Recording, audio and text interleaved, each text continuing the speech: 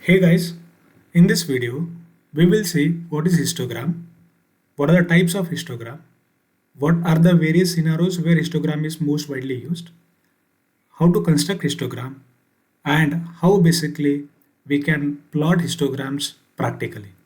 So let's start. So what is histogram? Histogram is a graphical representation of distribution of a data set.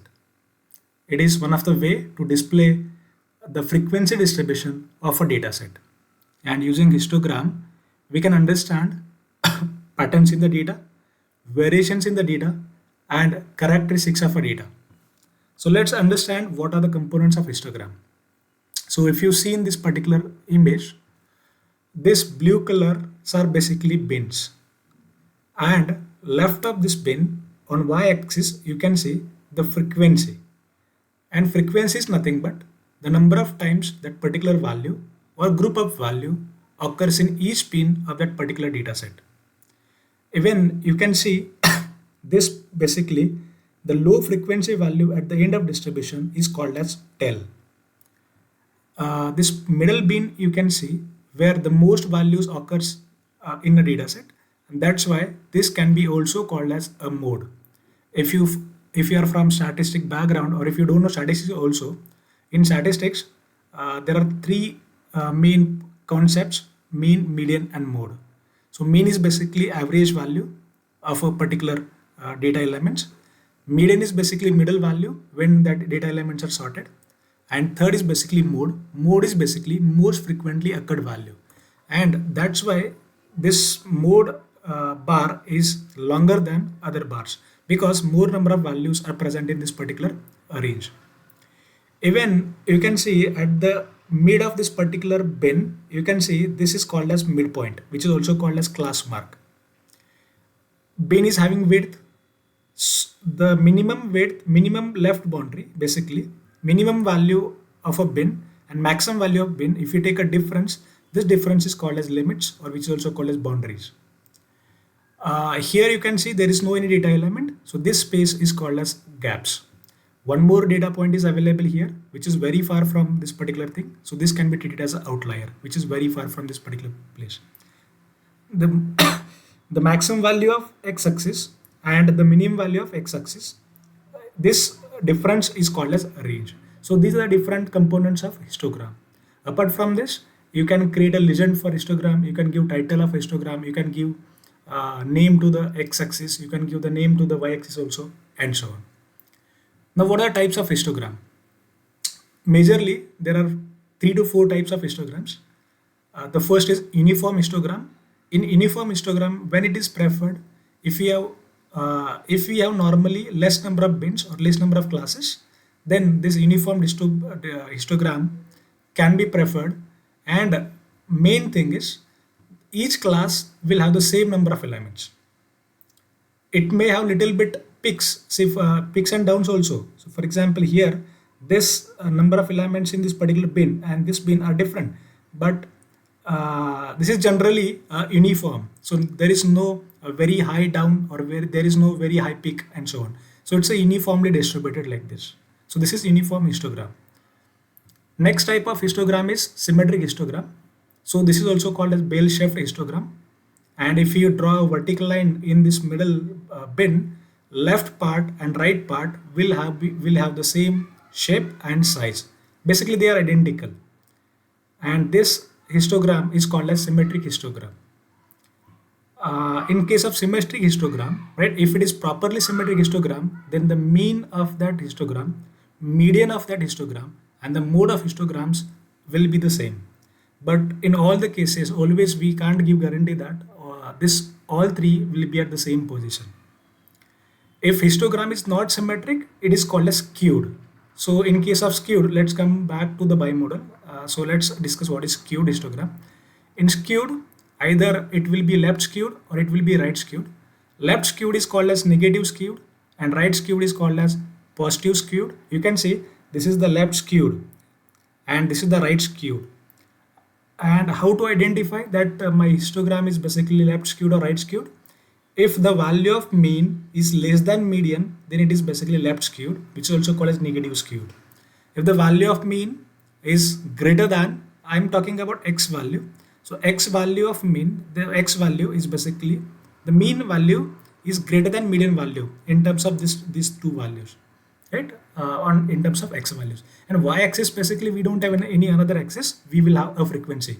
Frequency is basically count. Then let us come to the next type of histogram, that is a bimodal histogram. In case of bimodal histograms, we can have the two peaks. So if you see, this is one peak and this is separate peak, and these two peaks are a little bit far from each other. And so if we have different kinds of observations, for example, if you have data where there are two clusters, the cluster 1 representing group 1 and cluster 2 representing group 2, then this kind of data, if you are going to plot, so these plots will come like this. And if you take the center of this first peak or first histogram and center of second histogram, there will be some distance between them, and this is called as bimodal histogram. Sometimes we may have a multimodal histogram. In case of multimodal histograms, instead of two peaks, there can be a 3 peaks, 4 peaks, 5 peaks. It depends on data and so on. So this kind of histograms will be called as multimodal histograms and so on. Now, how to construct histogram? To construct histogram, right? Let us take an example. Let's assume we have a group of people of a different age, and we want to plot a histogram. So these are basically ages of the people: 16, 21, 33, 26, 35, and so on. And if you want to build a histogram, normally there is one technique to build the before histogram. We can plot this data, and this technique is called as one axis data distribution graph. So what we can do, we have this age, so we can plot this age as an x-axis, and we can plot all those ages in an x-axis. So this axis is basically age. The maximum age found in this particular data is 86. I don't know if it is there more value. No. So maximum age is 86. So what we can do, we can plot up to 90 or 100. So we can create a range, so 0 to 100. And this data elements we can plot on the x-axis. So let's take an example of first element, 16. So for 16, if you see, this 16 comes for this is the data element 16. Similarly, there will be some elements like this. This is the second, third, fourth, fifth, and so on. So all elements we can plot.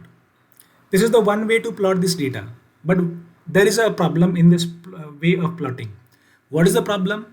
If you have limited number of data elements, then we can plot this kind of graph very easily. But if we have more number of elements, then this type of plotting is going to become a very, very dirty or very, very just complex, or in short, these elements will overlap on each other. Right now you can see in between 30 to 40, there are a couple of elements and they are very near to each other. If you have some more elements, then it will overlap on each other. That's why this is going to become problem.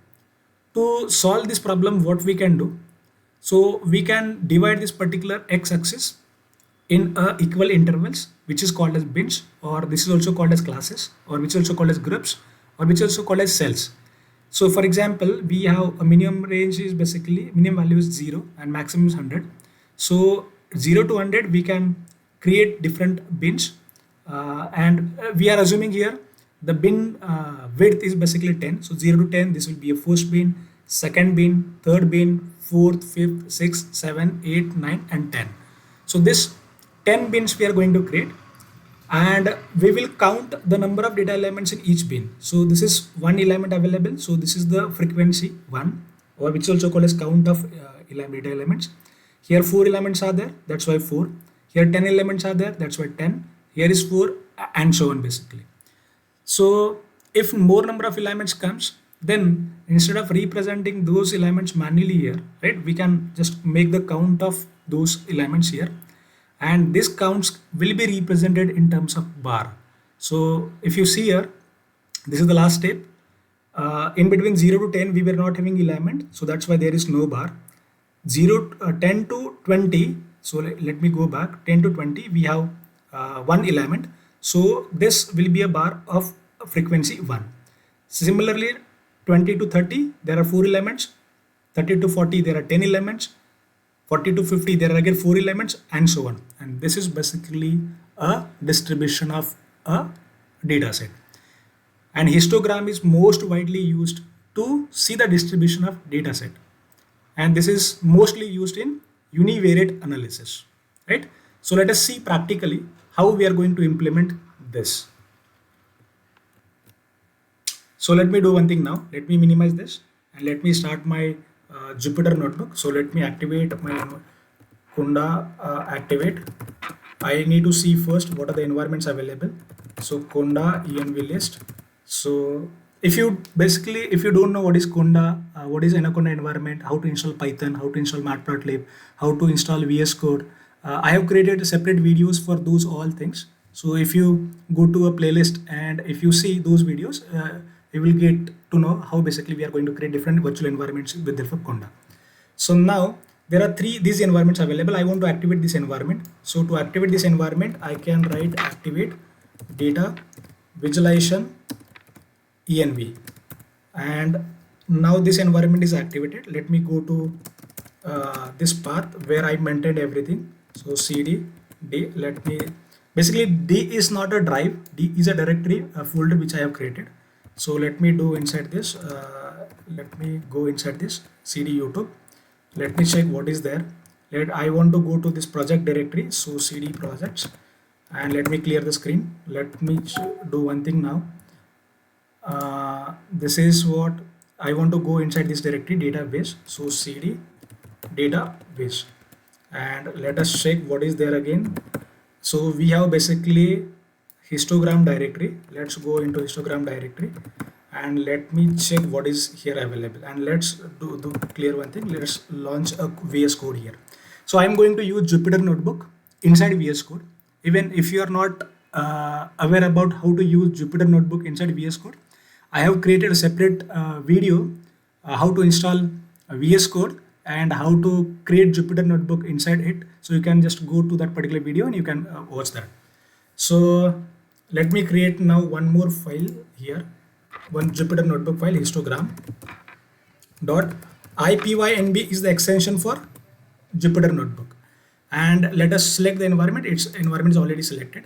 Now to save the time, what I will do, I will try to copy the code from my GitHub profile. Before that, let me show one thing. Let me close this, and here let me show pip install pip list. Let us verify the Matplotlib is available or not available. So because Matplotlib is a package that we are going to use today. So this is the Matplotlib 3.8.0 which is available. If it is not available, just install Matplotlib using this command pip install Matplotlib, right? And just this will tell right now to me that is the requirement already satisfied. But in your case, if it is not installed, this needs internet connection. This will download the package from pypy.org and this will install it. Let us do one thing now. Let us launch the VS Code from here, and let me do one thing now. So this GitHub URL I will provide in the description of this video, so you can find this particular link. And let me just open this histogram.ipynb file. Yeah, so I hope this is going to install. So first of all, we will import the module. So to import module, we need to write import matplotlib.pyplot. Pyplot is a module in this particular directory, in this particular module. So this is submodule, this is main module, and we are importing as PLT. PLT is basically alias, and let us execute. This has been imported. Now let us create a few ages. We'll create one list now. This is a list, a people, age of the peoples, and let me now, if I want to draw the histogram, right, then what we can do basically, we can just plot the histogram using this hist function. So inside PLT, there is function available as hist, and we can plot the histogram for this particular list ages, which is specified here. Number of bins, how much we have to specify. So let's do one thing. Let me do the number of bins as, let me take this down, and let's take 5. Okay, and age color is given as a K, that is black. This is basically a transparency value. of that particular, or the color is orange we have given, we can give any color, red and so on. Label also you can specify and so on. Let me just do one thing now. You can see this is the histogram which we can plot. We can add some little bit more extra parameters like X label, Y label, that also we have seen in the previous video for bar graphs. So X label we have given as a age. So this is basically age. This is the basically a frequency. So this is the frequency. The title will be given as age distribution histogram. And here right now we can't see the label. So label is given as ages, and this legend is going to show the label. Let me execute this. So this is going to become a histogram. And now I'll ask a simple question. This histogram is of which type? Either it's a uniform histogram, it's a symmetric histogram, bimodal histogram, or it's a skewed histogram. You can type your answers in the comment section of this particular video. So this is basically a symmetric histogram. So let me do one thing now. Let's add a markdown. So symmetric histogram, right? Then if we want to go for another type of histogram, so what we can do is let's go for bimodal. For bimodal, I'll copy this and I'll just create a markdown, right? Bimodal. So in bimodal we have two picks. In multimodal we have multiple picks. So let me do let me just paste this. This is I should go for code, not for markdown. Okay, so we have added few more values here, and these values are little bit far from these values, right? And the figure size is set as 8:3. 8 will be the x width and 3 will be the height, and so on. Other things are same basically. The color is given as a blue and so on. So let's do the let's run this cell. And you can check it now. See, this is the histogram, but in this histogram we have two picks. This is first pick and this is second pick, and this kind of histogram is called as bimodal histogram. And if you want to give another color, you can just customize this particular parameter. And again, transparency, instead of 0.3, if you specify 0.8, so, and if you run this, so you can see the transparency of color basically, right? It will be handled by this alpha parameter. The age color is given as a K, that is black. You can change as per your requirements. Number of bins right now we have set as of 10, but you can change according to your requirements. Let's go for another type of histogram, that is skewed. Let's go for left skewed histogram. And for left skewed histogram, I'll just copy this. I don't want markdown basically. I need a code cell. Okay, and let us plot this now. So what we have taken the this data elements in a such way that more number of people will have the more age basically. So if you see here less than 40, right, we have a very less people and so on. And this distribution is going like this. So this is left skewed, which is also called as negative skewed, right? And similarly, if we want to go for a right skewed, right, let me go for right skewed. So let us add one more markdown here. Right skewed histogram. And I don't need this markdown cell, I need this code cell basically. Let's run this now. The color given as a red and alpha is given as 0.7. You can change the value. The color will be this, and you can see that this kind of distribution is basically. So from this distribution you can understand the data. So how you can understand the data? More number of people are having age less than 50, and very less number of people having age more than 50. Even from here we can understand that more number of people are having age greater than 70, 65 or 67 something, greater than 67, and less than 67 there are very less people and so on. Even here we can see that there are certain group, there are basically some clusters or groups we can say. For one group the age is in between this 10 to around 10 to 65 or 70 we can say, and for second case 80 to 130. So this is the second cluster. So this is the way to plot a histogram. And even we can go for some more additional types of histograms also. So I request you can explore a little bit more types of histograms on internet. So we'll find more a number of histogram types also. So that's it for this video. I think if you like this video, you can like this video, you can subscribe this video, you can share this video to your friends and other people. Thanks for watching this video. Thank you.